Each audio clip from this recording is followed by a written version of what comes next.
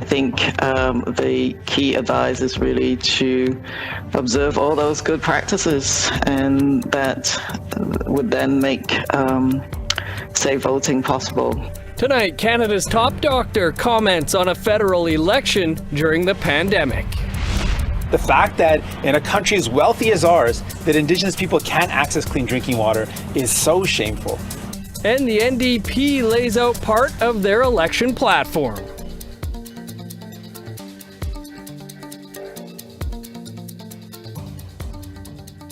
Good evening, I'm Dennis Ward. Welcome to APTN National News. It appears the long-rumored federal election may become official this weekend. Various reports say Prime Minister Justin Trudeau is intending to visit Governor General Mary Simon on Sunday and ask her to dissolve Parliament. That would trigger an election that is expected to take place on Monday, September 20th. The election would come at a time when COVID-19 cases are on the rise, and Canada's top doctor says the country is in the midst of a fourth wave of the pandemic. Dr. Theresa Tam was asked whether it was safe to hold a federal election right now. Tam says a lot has been learned about how to make spaces safe. I think the key advice is really to observe all those good practices, and that would then make safe voting possible, whether it's the social distancing and mask wearing and all of those measures that everyone's pretty used to by now. But you do have to watch the local epidemiology and the local public health advice as well. With the federal election expected to be called this weekend, federal NDP Leader Jagmeet Singh laid out some specifics from his party's election platform as he continued his tour of Atlantic Canada today.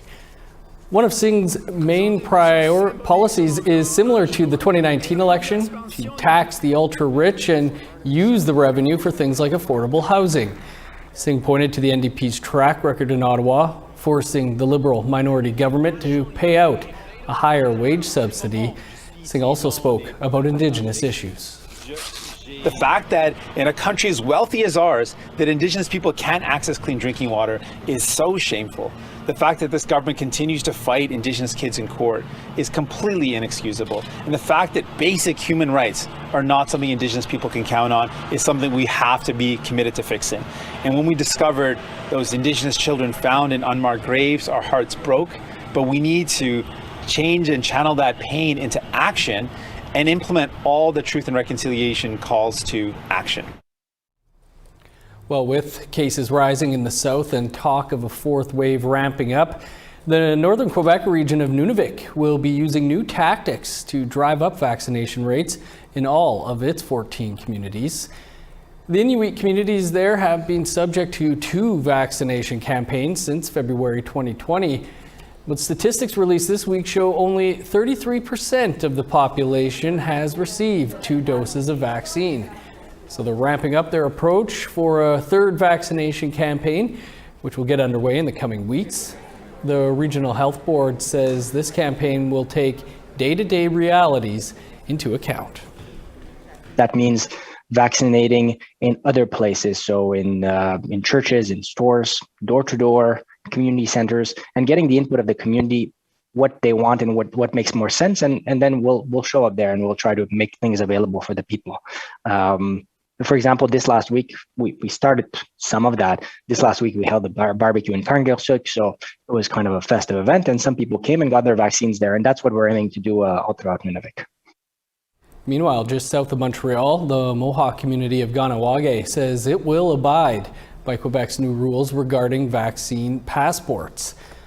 Quebec's health minister says proof of vaccination will be required at high traffic areas as of September 1st. They're in the process of testing a mobile app to make it easier. Health officials in Ganawage say their recent outbreak of Delta variant cases has stabilized and vaccination rates are going up. According to Ganawage Public Safety, details on how the passport will be used on the territory are still being looked into. I know some people have already asked me, like, why would we have to have a Quebec system in place? It is a system that is going to be set up not only for Kahnawake, but across the province. And so we certainly want our community members to benefit from having access to non-essential services outside the territory.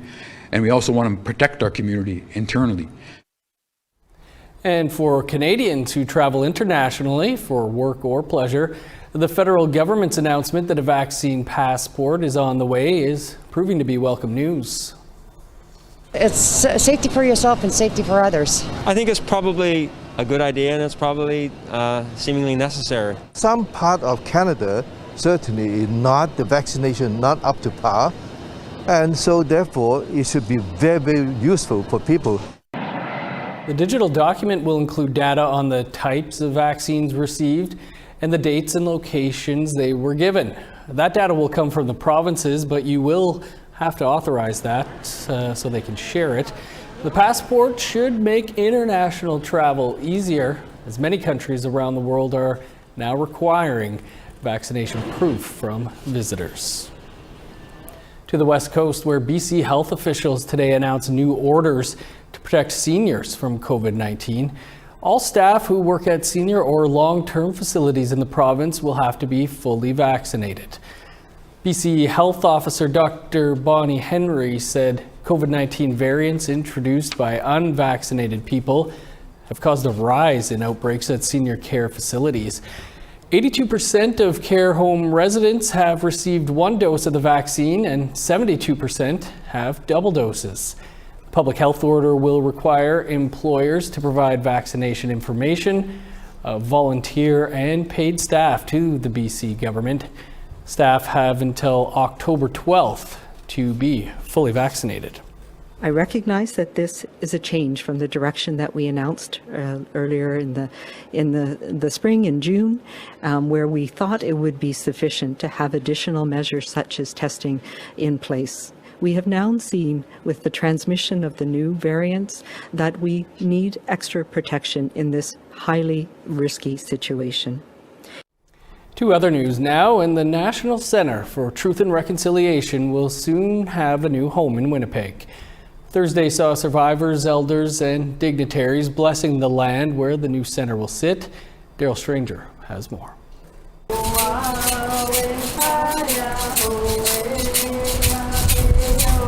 It was an emotional day for many on the campus of the University of Manitoba in Winnipeg. Survivors and elders gathered to bless the new site. It will provide the NCTR with the space required by the Truth and Reconciliation Commission and survivors. It means that we're able to start on this road with the way it needs to be done. No political interference. No people, trying to say, oh, you don't need that. We've gone through that a long time, and finally this is going to be Indigenous led. It's going to be the way we see things that need to be done. Stephanie Scott is the executive director for the NCTR. She says it is important to have an Indigenous space, one that promotes learning and cares for survivor statements, residential school records, and sacred objects to keep them safe for future generations. That center is going to be a ceremonial space. There will be exhibits there. We hope to have and preserve all of the survivor statements that were given during the Truth and Reconciliation Commission, a place to live so that students, their families, and researchers and others can come in and listen to them and hear what happened to them in the schools. Scott added the center is the first step to reconciliation for Canada. It's the first step in true reconciliation. We've been waiting a long time for this, almost a decade. We work closely with survivors. We work closely in regard to research. We work closely finding the missing children, and the 215 children that were recently found on the West Coast has really kind of polarized the country together. I can tell you in the last 2 months that the spirits of those little ones have really initiated and moved this country to move towards reconciliation. The NCTR has a 5-year plan for the new building with a funding goal of $100 million. Daryl Stranger, APTN National News, Winnipeg. Good to see the new center moving forward. Well, for the second time in less than a week, the residential school memorial in Calgary has been vandalized. Caretakers of the site arrived to this damage of the memorial. Shoes and toys appeared to have been kicked around. This happened after a man was caught setting fire to the memorial last week. The police extremism and hate crimes unit is investigating. A rally is being held at the display tonight. We will have that story for you tomorrow. With the election looming, federal officials continued to make funding announcements today. One of those was for missing and murdered Indigenous women and girls. Details coming up.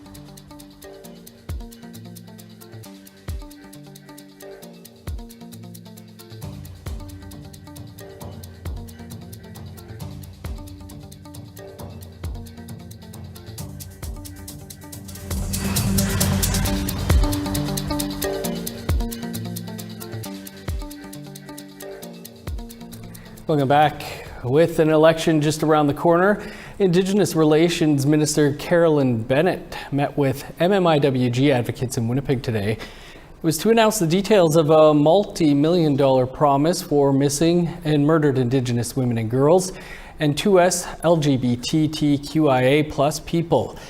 The funding was announced in June of this year, with the Liberals pledging $160 million towards the cause.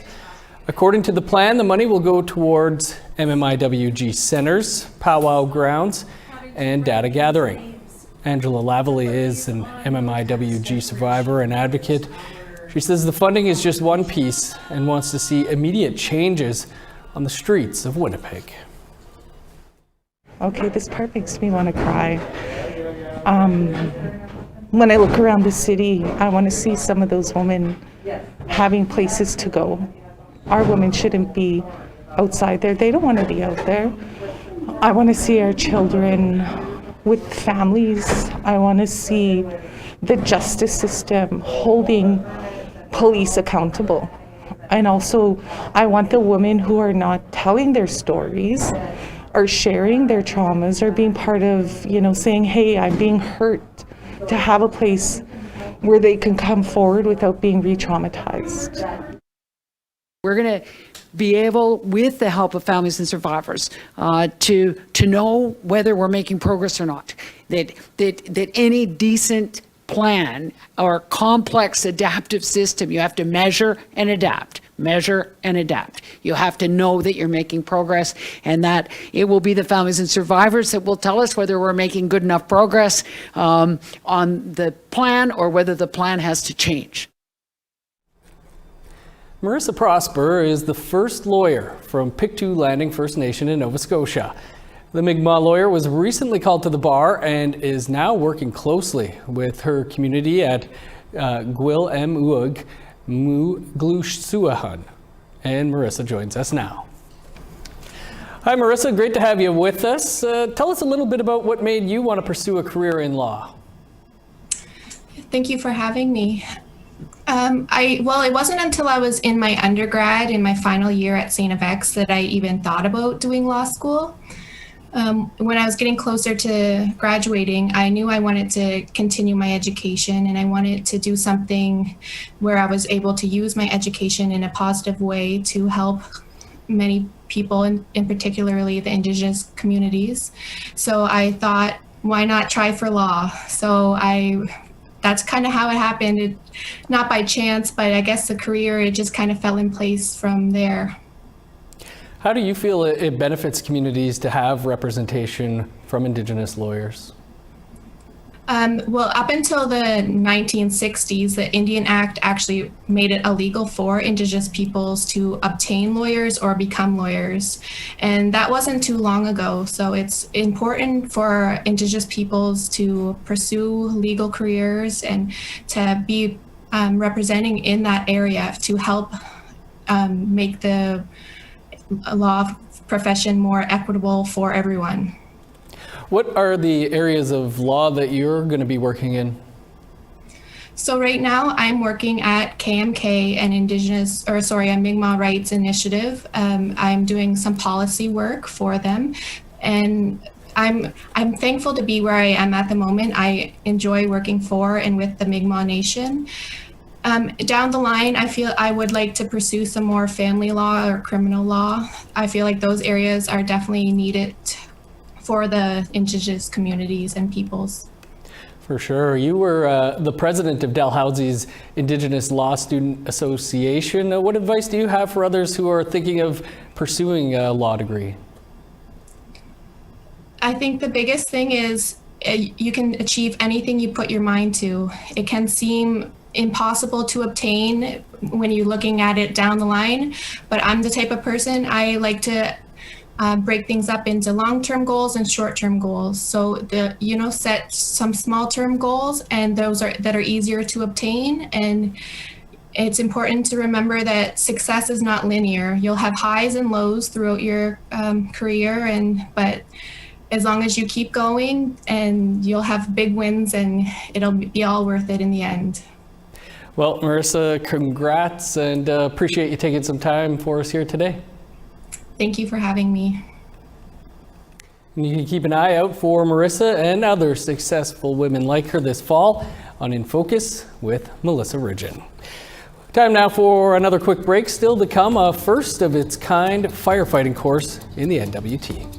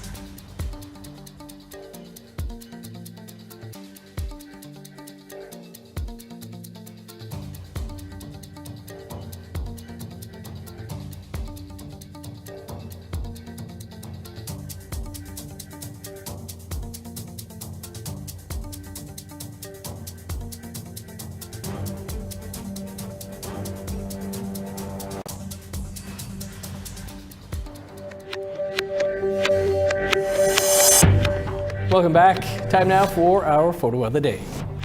Randall Lister from Watson Lake, Yukon captured this beautiful sight on the Alaskan Highway. A rainbow spread across the tree line covering the hills. Randall said that there was no way he could continue driving without grabbing a picture. Great looking photo. Thanks, Randall, for sharing, and glad you pulled over to take it. If you have a picture you want us to feature here, you can email them to share@aptn.ca along with the location and description. Now let's take a look at Friday's weather forecast. Starting on the East Coast, 30 with showers for Halifax, 25 in St. John's, 26 with rain in Kuujjuaq, 23 and showers in Nain, 30 in Montreal with rain, and 25 in Chibougamau. Sunny and 22 in Sault Ste. Marie, rain, and 26 in North Bay. Showers and 23 for Thunder Bay, partly cloudy and 18 in Sioux Lookout, 16 for Churchill, 19 in God's Lake. 23 with rain for Winnipeg and Gimli, sunny and 25 in Brandon, 25 in Regina, 27 for Saskatoon, 27 and sunny in Meadow Lake, 24 in La Ronge. In northern Alberta, 30 for Peace River, 32 and sunny in Grand Prairie. 31 under the sun for Edmonton, 32 in Lethbridge.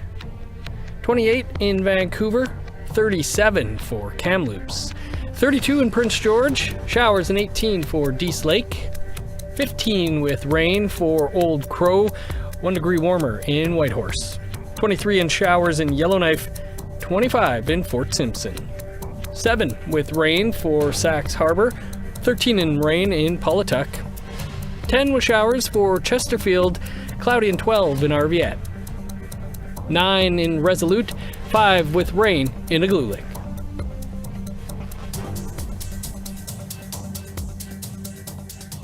Young hockey player in rural Saskatchewan is back on the ice after some help from an NHL star. I was like, oh my gosh, I'm going to meet Ethan Bear. He's buying me skates. And then he's just started buying all this stuff.